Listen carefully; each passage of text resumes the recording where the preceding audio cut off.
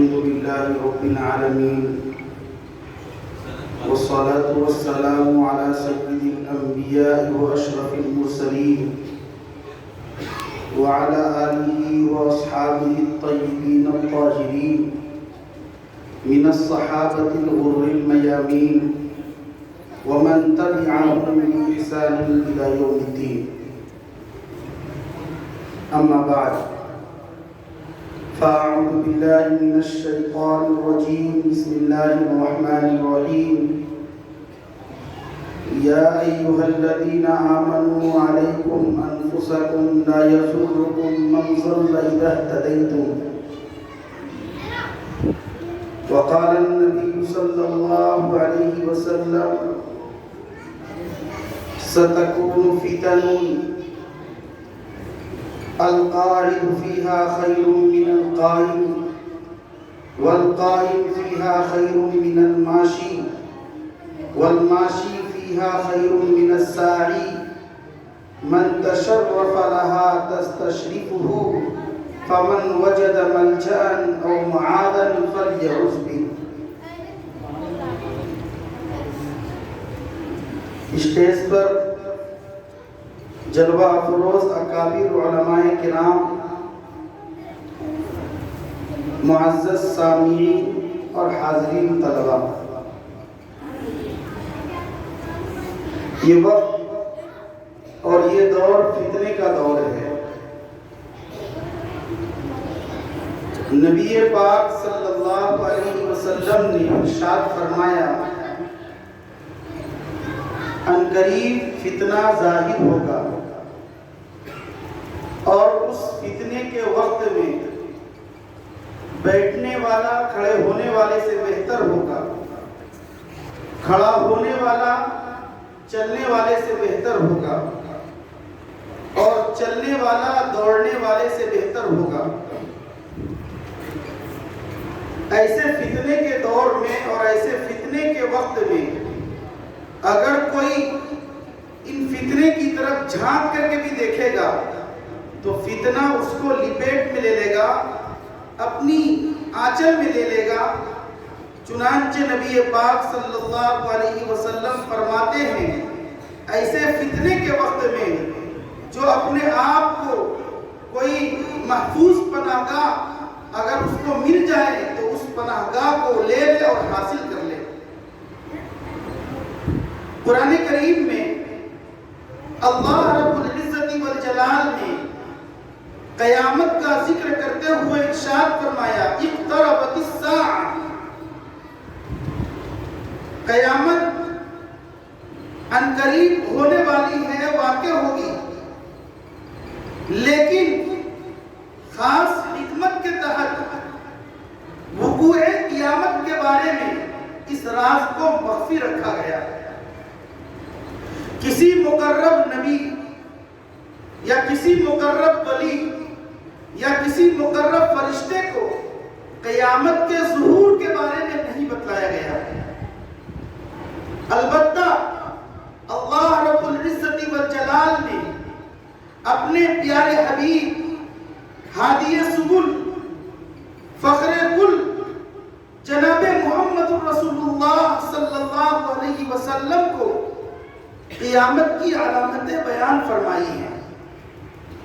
چنانچہ آپ صلی اللہ علیہ وسلم نے قیامت کی چند بنیادی علامتیں، جیسے علامات بعیدہ ہیں، دور کی علامتیں ہیں، کچھ قریب کی علامتیں ہیں، کچھ علامتیں وہ ہیں جو بین بین ہیں. چنانچہ آپ صلی اللہ علیہ وسلم ارشاد فرماتے ہیں کہ علامت بعیدہ سے مراد وہ ہے جو ہو چکی ہے، جیسے نبی پاک صلی اللہ علیہ وسلم کی بعثت، شق القمر کا معجزہ، بیت المقدس کا فتح ہونا اور اسی طریقے سے اور بھی چیزیں اور علامتیں قریبہ سے اور متوسطہ سے وہ مراد ہیں جو ہو چکی ہے اور ہوتے ہوتے قیامت قائم ہو جائے گی. نبی پاک صلی اللہ علیہ وسلم نے من جملہ ان فتن نے ارشاد فرمایا ستکون فتن، اور آپ نے اس جملے کو 3 مرتبہ ارشاد فرمایا الا ستکون فتن، الا ستکون فتن، الا ستکون فتن، عن قریب اے لوگوں خبردار ہو جاؤ، فتنہ ظاہر ہوگا، رونما ہونے والا ہے۔ اور اس کا مطلب یہ ہے کہ ایسے فتنے ظاہر ہوں گے، ظاہری فتنے ہوں گے، باطنی فتنے ہوں گے، اجتماعی فتنے ہوں گے، اور مختلف قسم کے فتنے ہمارے سامنے آئیں گے، گویا کہ وہ وقت پرفتن وقت ہوگا، پرفتن دور ہوگا، کفر اور ضلالت کا دورہ ہوگا، معاصیت کا دورہ ہوگا، آفات و مصیبت کا دورہ ہوگا۔ قرآن کریم میں فتنے کا لفظ مختلف معانی میں استعمال ہوا ہے۔ کہیں فتنے کا لفظ کفر اور شرک کے مقابلے میں بولا گیا، وَالْفِتْنَةُ أَشَدُّ مِنَ الْقَتْلِ، کہیں فتنے کا لفظ معصیت اور ضلالت کے مقابلے میں بولا گیا، أَلَا فِي الْفِتْنَةِ سَقَطُ، اور کہیں فتنے کا لفظ آزمائش کے لیے بولا گیا، وَنَبْلُوكُمْ بِالشَّرِّ وَالْخَيْرِ فِتْنَةً۔ جب فتنے کا لفظ مختلف معانی کے لیے قرآن میں آیا ہے تو اس کا مطلب یہ ہے کہ فتنہ کفر و شرک کی شکل میں بھی ہوگا، یعنی کفر اور شرک کی شکل میں، اور اس میں گنجائش اور اس میں کثرت ہوگی، معصیت میں کثرت ہوگی، گمراہی میں کثرت ہوگی، اور اسی طریقے سے آفت اور مصیبتوں میں کثرت ہوگی۔ آپ صلی اللہ علیہ وسلم نے ارشاد فرمایا کفر اور شرک میں اتنی کثرت ہوگی، حدیث ہے نبی پاک صلی اللہ علیہ وسلم ارشاد فرماتے ہیں یصبح الرجل مؤمنا ویمسی کافرا ویمسی مؤمنا ویصبح کافرا، کہ ایسا وقت آئے گا ایک آدمی صبح کو مسلمان ہوگا، شام کو کافر ہو جائے گا، شام کو کافر ہوگا، صبح کو مسلمان ہو جائے گا۔ یہ نبی پاک صلی اللہ علیہ وسلم نے ہم سب کو ڈرایا ہے اور ہم سب کو بتلایا ہے کہ ایسے شرک کے وقت میں اور ایسے کفر کے وقت میں اپنے ایمان کی حفاظت کرنا اور اپنے اسلام کی حفاظت کرنا۔ کہیں قرآن کریم میں فرمایا گیا کہ ایک وقت آئے گا ضلالت اور گمراہی اس قدر تیزی سے پھیل جائے گی کہ ایسے وقت میں نیکی پر عمل کرنا، شریعت پر عمل کرنا آگ اور انگارے کو ہاتھ میں لینے جیسا ہوگا۔ جس طریقے سے آگ اور انگارے کو ہاتھ میں لینا مشکل ہوگا، ایسے ہی دین پر چلنا مشکل ہوگا۔ الصابر فیہم علی دین کالقابض علی الجمر، یہ وہ وقت ہے آج ہم اپنی شریعت پر آزادی کے ساتھ، آج ہم اسلام پر اور آج ہم دیگر چیزوں پر صحیح طریقے سے عمل نہیں کر سکتے، ہم پر کڑی نظریں رکھی جا رہی ہے۔ اور نبی پاک صلی اللہ علیہ وسلم نے ایک اور موقع پر فرمایا کہ مصیبت، آزمائش اس قدر عام ہو جائے گی کہ آدمی کسی صاحب قبر کے پاس سے گزرے گا، قبر والے کے پاس سے گزرے گا تو وہ یہ تمنا کرے گا یا لیتنی کنت مکان صاحب ھذا القبر، اے کاش اس قبر والے کی جگہ میں ہوتا۔ میرے دوستو، بڑا عجیب مرحلہ چل رہا ہے۔ ہم اپنی آنکھوں سے، اپنی نگاہوں سے آئے دن فتنے دیکھ رہے ہیں، لیکن یہ فتنے کے اسباب کیا ہوں گے؟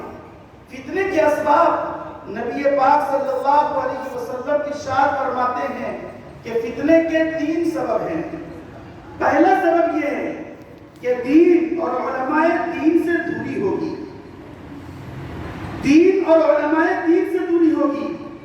حضرت علی بن ابی طالب رضی اللہ تعالیٰ عنہ فرماتے ہیں یوشک ان یأتی علی الزمان لا یبقى من الاسلام الا اسمه، ان قریب ایک ایسا زمانہ آنے والا ہے اسلام کا صرف نام رہ جائے گا، مسلمان نام کے رہ جائیں گے۔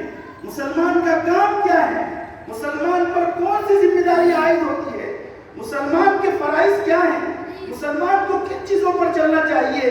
یہ مسلمانوں کو خبر نہیں ہوگا مسلمانی در کتاب مسلمان کو مسلمان اور اسلام کس کو کہا جاتا ہے یہ کتابوں میں دفن ہے بس نام کے ہم کہتے ہیں کہ ہم مسلمان ہیں یہ وہ وقت ہے اسی لیے نبی پاک صلی اللہ علیہ وسلم نے ایک موقع پر ارشاد فرمایا کہ بدأ الاسلام غریبا وسيعود كما بدأ اسلام غربت کی حالت میں پھیلا ہے اور عنقریب اس کی ابتدا انتہا جو ہوگی وہ اسی طرح غربت کی طرف چلا جائے گا آپ صلی اللہ علیہ وسلم نے ایک اور موقع پر ارشاد فرمایا انه من يعيش منكم فسيرى اختلافا كثيرا کہ عنقریب جو لوگ زندہ رہنے والے ہیں میرے بعد وہ بہت سارے اختلافات کو اپنی آنکھوں سے دیکھیں گے چنانچہ حضرت عبداللہ بن مسعود رضی اللہ تعالیٰ عنہ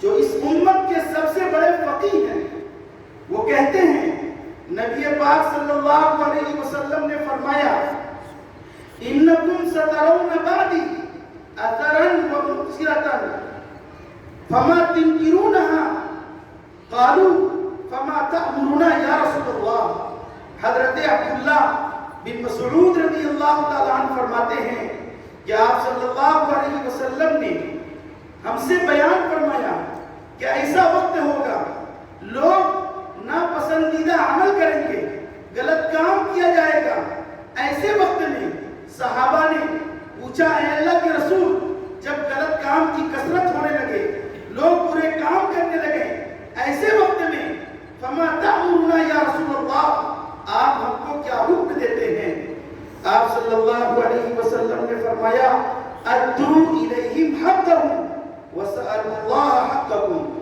جن کا جو حق ہے ان کو ادا کرو اور اپنے حق کا مطالبہ تم اللہ سے کرو آج کوئی کسی کی زمین ہڑپ کیے ہوا ہے کوئی کسی کا پیسہ ہڑپ کیے ہوا ہے کوئی کسی کا مال ہڑپ کیے ہوا ہے نبی پاک صلی اللہ علیہ وسلم کی حدیث ہمیں بتلاتی ہے جس کی جو چیز ہے وہ دنیا ہی میں معافی تلافی کر لے اور ان کے حق کو ادا کرے اسی لیے دوسری چیز آپ صلی اللہ علیہ وسلم نے ارشاد فرمائی کہ ایک وقت آئے گا آپسی اختلاف اور خانہ جنگی ہوگی آج ہم اپنے گھروں میں دیکھتے ہیں ہم اپنے معاشرے میں دیکھتے ہیں ہم اپنے محلے میں دیکھتے ہیں ہم اپنے قریے میں دیکھتے ہیں ہم اپنے گاؤں میں دیکھتے ہیں اور ہم اپنی بستی میں دیکھتے ہیں بھائی بھائی کا دشمن بنا ہوا ہے گھروں میں اختلافات ہیں ایک بھائی اپنے بھائی سے خوش نہیں ہے یہ نبی پاک صلی اللہ علیہ وسلم نے انہی چیزوں سے ہمیں ڈرایا ہے اور یہ جو فتنے کثرت سے رونما ہوں گے اس کا اثر دل پر پڑے گا اور یہاں تک کہ لوگ خواہشات نفسانی کے غلام ہو جائیں گے کیا چیز حلال ہے کیا حرام ہے کیا واجب ہے کیا مستحب ہے لوگ اس سے بالکل غافل ہوں گے آج ہم دیکھتے ہیں اپنے لوگوں میں نہ کسی کو صحیح طریقے سے معلوم ہے کہ فرض کیا چیز ہے واجب کیا ہے مستحب کیا ہے یہ اسی فتنے کا اثر ہے نبی پاک صلی اللہ علیہ وسلم نے ارشاد فرمایا جس طریقے سے رات کی تاریکی چھا جاتی ہے اور رات کی تاریکی میں لوگوں کا پہچاننا اور لوگوں کا سمجھنا مشکل ہو جاتا ہے اسی طریقے سے دین پر چلنا اتنا ہی دشوار اور مشکل ہو جائے گا قطع اللیل المظلم اور آپ صلی اللہ علیہ وسلم نے فرمایا لوگ چند کوڑیوں کی خاطر تھوڑے سے نفع کی خاطر اپنے دین کو بیچیں گے اپنے ایمان کو بیچیں گے یبیع دینہ بعرض من الدنیا چند کوڑیوں کی خاطر اپنے دنیا اپنے دین کو وہ بیچیں گے آج ہم دیکھتے ہیں لوگ اپنے مذہب کو بدل کر کے کوئی قادیانی اور کوئی دوسرے مذہب میں جاتا ہے کیوں غربت ہے پیسے نہیں ہیں وہ لالچ دیتے ہیں پیسوں کی لالچ دیتے ہیں خوبصورت لڑکیوں کی لالچ دیتے ہیں گھر اور مکان کی لالچ دیتے ہیں اور ایک مسلمان جس نے کلمہ پڑھا تھا لا الہ الا اللہ محمد رسول اللہ اس نے اس کلمے کی قدر نہ کی اور پیسوں کو دیکھ کر کے پیسوں کی لالچ میں آ کر کے حرص و حوث کی لالچ میں آ کر کے وہ اپنے مذہب کو بدل دیتا ہے۔ مجھے کہنے دیجئے، ایک موقع پر نبی پاک صلی اللہ علیہ وسلم نے اپنے صحابہ سے ارشاد فرمایا، چند چیزوں کا معاہدہ لیا اور فرمایا اللہ تشرک باللہ شیئا، اے صحابہ تم میرے سامنے یہ وعدہ کرو کہ اللہ کے ساتھ کسی کو شریک نہیں ٹھہراؤ گے، اور یاد رکھو وَإِن قُطِعْتَ أَوْ حُرِّقْتَ، اگرچہ تمہارے ٹکڑے ٹکڑے کر دیے جائیں، اگرچہ تم کو جلا دیا جائے، تب بھی ایک اللہ کی وحدانیت اور ایک اللہ کا بول اور جو تم نے کلمہ پڑھا ہے اس کی حفاظت کرنا۔ نبی پاک صلی اللہ علیہ وسلم نے دوسری وصیت فرمائی، لا تترک صلاة متعمدا، کہ تم جان بوجھ کر کے کوئی نماز نہ چھوڑنا۔ آج ہماری نمازیں کتنی غفلت کی شکار ہو جاتی ہے اور ہم نماز چھوڑ دیتے ہیں۔ نبی پاک صلی اللہ علیہ وسلم نے اپنے صحابہ سے یہ فرمایا، لا تترک صلاة متعمدا، کہ تم جان بوجھ کر کے نماز نہیں چھوڑو گے۔ اور تیسری چیز جو میں بولنے جا رہا ہوں، جو نبی پاک صلی اللہ علیہ وسلم نے ارشاد فرمائی ہے کہ لا تشرب الخمر، شراب مت پینا، فإنها مفتاح كل شر، اس لیے کہ یہ ہر برائی کی جڑ ہے۔ میرے دوستو، آج جو حالات ہیں ان کو سمجھنے کی ضرورت ہے، دیکھنے کی ضرورت ہے، اور سمجھ کر کے اپنی زندگی میں اس کو لانے کی ضرورت ہے۔ نبی پاک صلی اللہ علیہ وسلم نے فرمایا کہ جو فتنے کے وقت میں اور فتنے کے دور میں شریعت پر عمل کرے گا، اسلام پر عمل کرے گا، وہ گویا کہ دور امن میں اور حفاظتی دور میں جو صحابہ عمل کیا کرتے تھے ان کو 50 صحابہ کے اجر کے برابر ثواب دیا جائے گا۔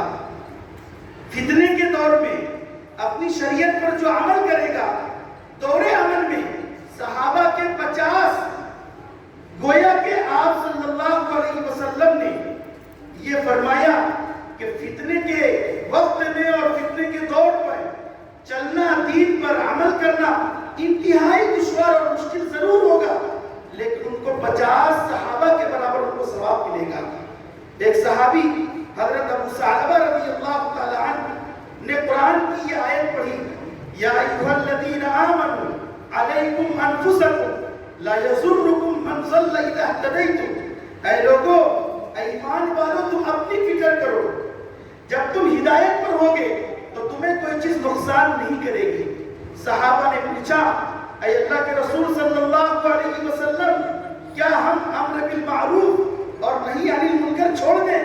کیا اچھی باتوں کا حکم کرنا، بری باتوں سے روکنا ہم چھوڑ دیں؟ نبی پاک صلی اللہ علیہ وسلم نے فرمایا، نہیں، جب تک کہ 5 چیزوں کا ظہور نہ ہو جائے۔ اے لوگو، امر بالمعروف کرتے رہو اور نہی عن المنکر کرتے رہو، جب تک کہ 5 چیزوں کا ظہور نہ ہو جائے۔ پہلی چیز، آپ صلی اللہ علیہ وسلم فرماتے ہیں، اذا رأیت شحا مطاعا، جب بخل کی کثرت ہونے لگے۔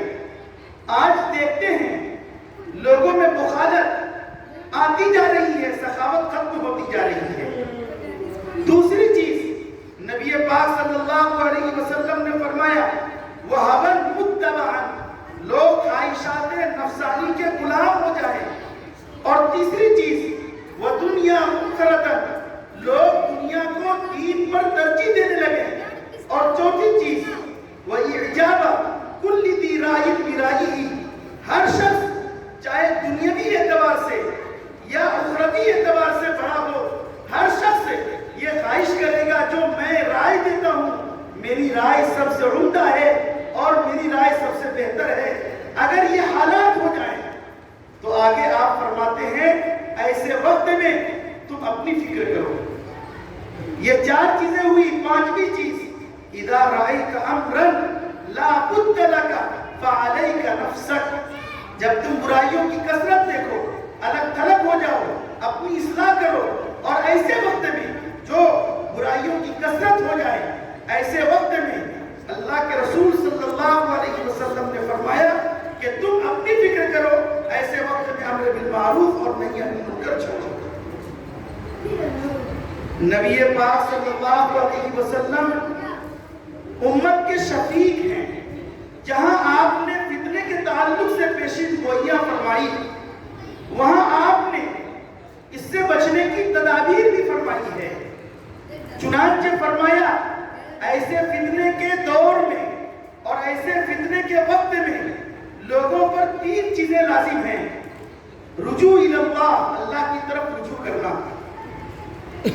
انسان گنہگار ہے، گناہ ہو جاتا ہے، لیکن گناہ ہو جانے پر اڑے رہنا اور معافی نہ مانگنا یہ بہت بڑی خطرناک چیز ہے۔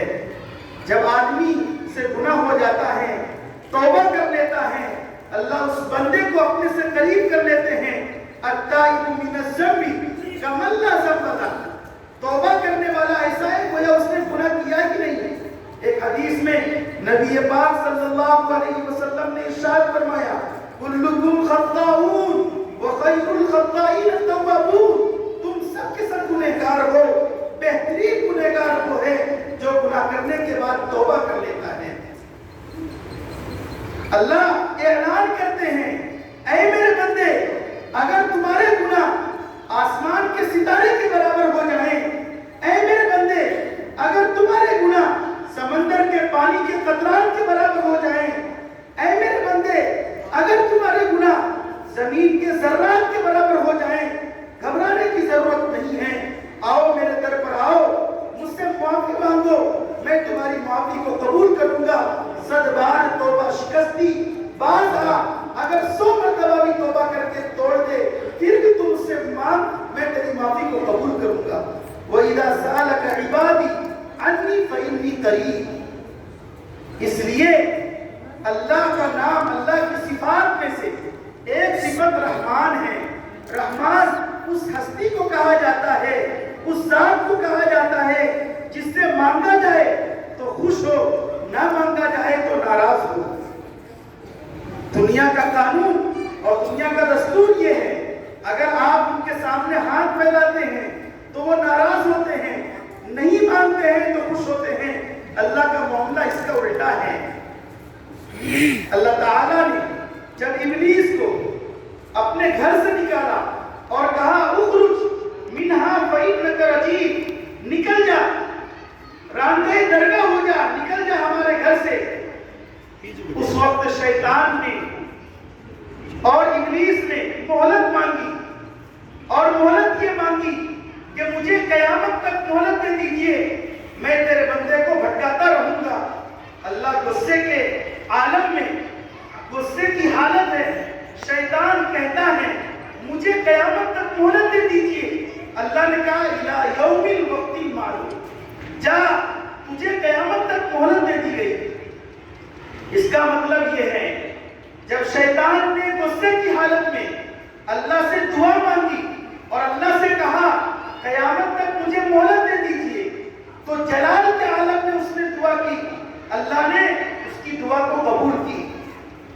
جو بندہ جمال کی حالت میں، خوبصورتی کی حالت میں اللہ کے گھر میں آ کر کے وضو کے ساتھ اپنے رب سے مانگے گا تو کیا اللہ اس کو نہیں نوازے گا؟ اس لیے اللہ سے مانگنے کی فکر کرنا، رجوع الی اللہ ہونا، یہ سب سے زیادہ ضروری چیز ہے۔ فَفِرُّوا إِلَى اللَّهِ، اللہ کی طرف دوڑ پڑو۔ جو جہالت ہے اس کو علم کے سے بدل دیجئے، جو گمراہی ہے ہدایت سے بدل دیجئے، ظلم ہے عدالت سے، عدل و انصاف سے بدل دیجئے۔ یہی نبی پاک صلی اللہ علیہ وسلم نے ہم سب کو بتلایا ہے۔ اور دوسری چیز تعلق مع اللہ، اللہ سے تعلق پیدا کرنا، یہ چیز بہت ضروری ہے۔ آج ہم نے سب کچھ کو چھوڑ دیا، نہ ہمارا اللہ سے تعلق ہے، نہ اللہ کے گھر سے تعلق ہے۔ اسی لیے اپنے آپ کو ایسا بنائیے کہ ہم اللہ سے ہر وقت لو لگائے رکھیں، اللہ کا ذکر کریں، اللہ کے قرآن کی تلاوت کریں اور دعا کرتے رہیں۔ جس کا اللہ سے رشتہ مضبوط ہوگا وہ ہر حالت میں آگے بڑھتا چلا جائے گا. میں نے ابھی جو روایت پڑھی یوشک ان یأتی علی الناس زمان لا یبقى من الاسلام الا اسمه ولا يبقى من القرآن الا رسمه. اور آگے ایک روایت ہے مساجدهم عامرة وهي خراب من الهدى او كما قال صلی اللہ علیہ وسلم. ایک وقت آئے گا مسجدیں نمازیوں سے یتیم ہو جائے گی. یہ وہ وقت ہیں، یہ دور ہے کہ آج فجر کی نماز میں ہم دیکھتے ہیں مسجدیں خالی ہوتی ہیں نمازیوں سے. آپ صلی اللہ علیہ وسلم نے فرمایا کہ اے لوگوں، اللہ سے رشتہ مضبوط کرو، تعلق پیدا کرو.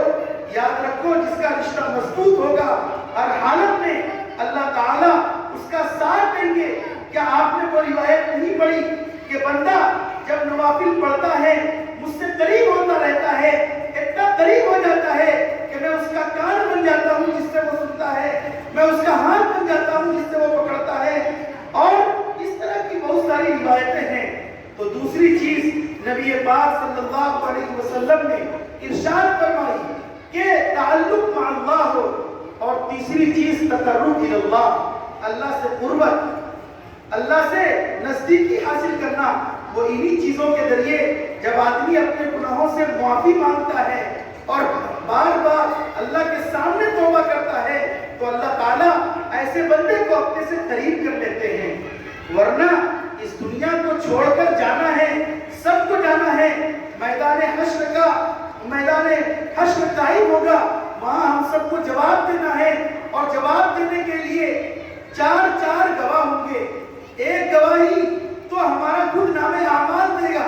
اور نام اعمال کیا گواہی دے گا؟ قرآن نے کہا وَوُضِعَ الْكِتَابُ فَتَرَى الْمُجْرِمِينَ مُشْفِقِينَ مِمَّا فِيهِ يَقُولُونَ يَا وَيْلَتَنَا مَا لِهَذَا الْكِتَابِ. نام اعمال یہ گواہی دے گا کس نے اچھا کام کیا ہے، غلط کام کیا ہے. ایک انسان جب نام اعمال کو دیکھے گا سر پیٹے گا، کہے گا یا ویلتنا ما لهذا الكتاب لا یغادر صغیرہ ولا کبیرہ. اس کتاب کو کیا ہو گیا کہ اس نے ساری چیزیں لکھ دی ہیں، نہ چھوٹی چیز کو چھوڑا ہے نہ بڑی چیز کو چھوڑا ہے. وَوَجَدُوا مَا عَمِلُوا حَاضِرًا، ہر چیز کو وہ اپنے سامنے موجود پائے گا. ایک گواہی تو یہ ہے. دوسری گواہی وَإِنَّ عَلَيْكُمْ لَحَافِظِينَ کِرَامًا کاتبین یعلمون ما تفعلون. یہ کرامن کاتبین جو محافظ فرشتے ہیں، یہ بھی کل قیامت کے دن گواہی دینے کے لیے تیار ہوں گے. اور تیسری گواہی قرآن کریم نے فرمایا اليوم نختم علی افواہہم، کہ ہم منہ پر تالا لگا دیں گے. یہ اور زبان، ہونٹ اور اسی طریقے سے پیر، جسم کے دیگر اعضاء یہ ہمارے سامنے گواہی دیں گے. اور چوتھی چیز قرآن کریم نے کہا یومئذ تحدث اخبارها بأن ربك اوحى لها. جس زمین پر، جس دھرتی پر انسان جو گناہ کرتا تھا وہ زمین خود اگلے گی اور بتائے گی کہ فلاں نے یہ غلط کام اس زمین پر کیا ہے. جب ایسا حشر ہمارے سامنے آنے والا ہے، ایسے وقت کے آنے سے پہلے ہم کو توبہ کرنا ہے اور اللہ سے معافی مانگنا ہے. اور جب انسان معافی مانگتا ہے یقیناً وہ اللہ سے قریب ہو جاتا ہے. حافظ ابن قیم رحمۃ اللہ علیہ نے ایک بڑی اچھی بات لکھی ہے. انہوں نے کہا ہے، کتابوں میں لکھا ہے کہ ایک ماں اپنے بچے کو مارتی ہے، بچہ نافرمانی کرتا ہے، بچہ کچھ غلط کام کر دیتا ہے، ماں کو غصہ آ جاتا ہے، ماں اپنے بچے کو مارتی ہے، پیٹتی ہے، گھر سے بھگا دیتی ہے اور کہتی ہے چلا جا تو نافرمان ہو گیا ہے. چنانچہ وہ بچہ تھوڑی دیر کے لیے چلا جاتا ہے، ماں دروازہ بند کر لیتی ہے. وہ بچہ تھوڑی دیر کے بعد پھر دروازے کے پاس آ کر سو جاتا ہے. ماں کسی کام کے لیے دروازہ کھولتی ہے، دیکھتی ہے کہ بچہ دروازے کے پاس سویا ہوا ہے. ماں کا غصہ ٹھنڈا نہیں ہوتا. ماں کہتی ہے چلا جا، بھاگ جا، تو نافرمان ہے، تو سرکش ہے، تو یہاں سے چلا جا، میں تجھے دیکھنا نہیں چاہتی. بچہ کیا کہتا ہے؟ وہ آب زر اور سونے کے پانی سے لکھنے کے قابل ہے. بچہ کہتا ہے ماں جب تو نے اپنے گھر سے نکالا تو میں نے یہ سوچا کسی کے یہاں مزدوری کر کے اپنا پیٹ پال لوں گا. ماں جب تم نے گھر سے نکالا میں نے یہ سوچا کسی کے یہاں تجارت کر کے اپنا پیٹ پال لوں گا. ماں جب آپ نے گھر سے نکالا تو میرے دل میں یہ خیال آیا کسی کے جوتے میں پالش کر دوں گا اور اس سے اپنا پیٹ پال لوں گا. لیکن ماں جو محبت اور جو پیار تو دے سکتی ہے کوئی دوسرا نہیں دے سکتا, اس لیے تو مارے یا بھگائے میں تیرے پاس سے کہیں جانے والا نہیں. ماں نے بچے کو سینے سے لگا لیا اور ماں کہتی ہے, ماں اس سے پیار کرتی ہے. اور آپ نے حدیث سنی ہوگی کہ اللہ تعالیٰ 70 ماؤں سے زیادہ پیار کرتا ہے. تو سوچئے اس اللہ کا کیا عالم ہوگا جو آدمی اللہ کے سامنے روتا ہوگا, جو 2 قطرے بہاتا ہوگا, اللہ تعالیٰ اس کو کس طریقے سے اپنے سے قریب کر لیتے ہوں گے. اسی لیے جب ہم دعا مانگتے ہیں, دعا مانگتے ہوئے یہ آنسو کے قطرے جو گرتے ہیں یہ اللہ تعالیٰ کو بہت محبوب ہیں. اور اگر ایسے وقت میں اکابر نے لکھا ہے بلکہ حدیث میں ہے, نبی پاک صلی اللہ علیہ وسلم فرماتے ہیں دعا مانگتے وقت اگر رونا نہ آئے فَإِن لَمْ تَبْكُوا فَتَبَاكُوا, رونے کی شکل بناؤ, یقیناً اللہ تعالیٰ اس کو قبول فرمائیں گے, تمہاری توبہ کو قبول فرمائیں گے. میں آپ تمام حضرات سے یہی کہنا چاہتا ہوں, یہ مبارک مجلس میں, یہ مبارک محفل میں آپ پر طرح طرح کے حملے ہو رہے ہیں, آپ کے ایمان کو چھینا جا رہا ہے, آپ کے اسلام کو ایمان کو بدنام کرنے کی ہر طرح کی کوشش کی جا رہی ہے. خدا نہ ایسے وقت میں, ایسے فتنے کے دور میں اپنے ایمان کی حفاظت کیجئے. اللہ کی مسجد سے, اللہ کے گھر سے اپنے آپ کو جوڑیے اور اللہ سے دعا کیجئے, اے اللہ خاتمہ بالخیر فرما اور اے اللہ ہمیں دین پر ثابت قدم فرما. انشاءاللہ اگر یہ دعا کرتے رہیں گے, فکر لیے رہیں گے, اللہ ہمارے ایمان کی حفاظت فرمائے گا. دعا کیجئے اللہ رب العزت والجلال ہم تمام کو ان باتوں پر عمل کی توفیق نصیب فرمائے. وآخر دعوانا ان الحمدللہ رب العالمین.